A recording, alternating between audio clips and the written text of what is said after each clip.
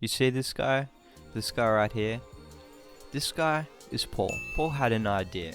He wondered what it would be like to experience LSD for the first time in his life.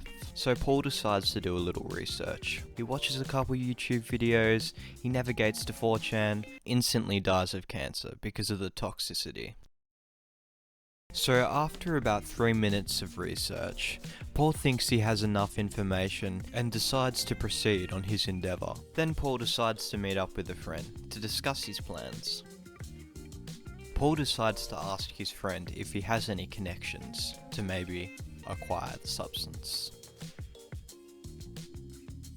So Paul goes home for the night and he decides to get a good night's sleep so he can be awake and ready for the experience he's planning to undergo. Paul dreams about what the experience could have in store for him. Paul is awakened by the sound of his phone the next morning. It's his friend.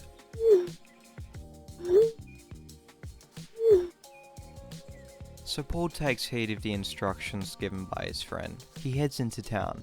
He decides to walk. On his way to town, Paul thinks to himself about how the experience will be beneficial to him and how it will affect his day-to-day life. He wonders how he will view reality after the experience and of course, how he will view it during the experience.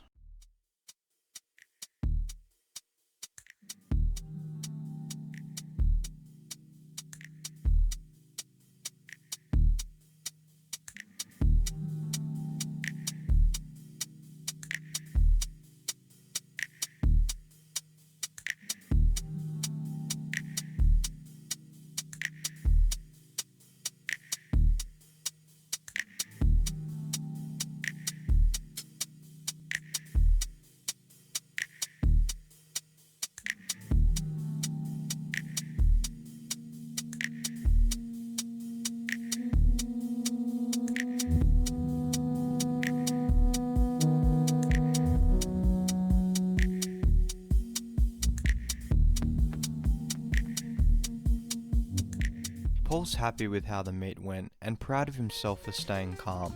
He enjoys the walk home but is a little distraught with how he was warned by the dealer about the strength of the substance. Paul brushes it off. He's sure he can handle the experience. Paul returns home and takes a closer look at the substance. He marvels at the art on the blotted paper. Paul remembers back on the tiny amount of research he did on the substance. He learnt the LD50 for LSD is incredibly high and he will be at no danger of an overdose. He trusts his friend enough not to bother buying a testing agent and he doesn't want to bother anyone with looking after him while he trips. He's sure he can handle the experience alone. He knows he's not in any physical danger. He knows the only enemy is the fear of the unknown, only having these thoughts seconds before he takes the substance. But Paul is ready.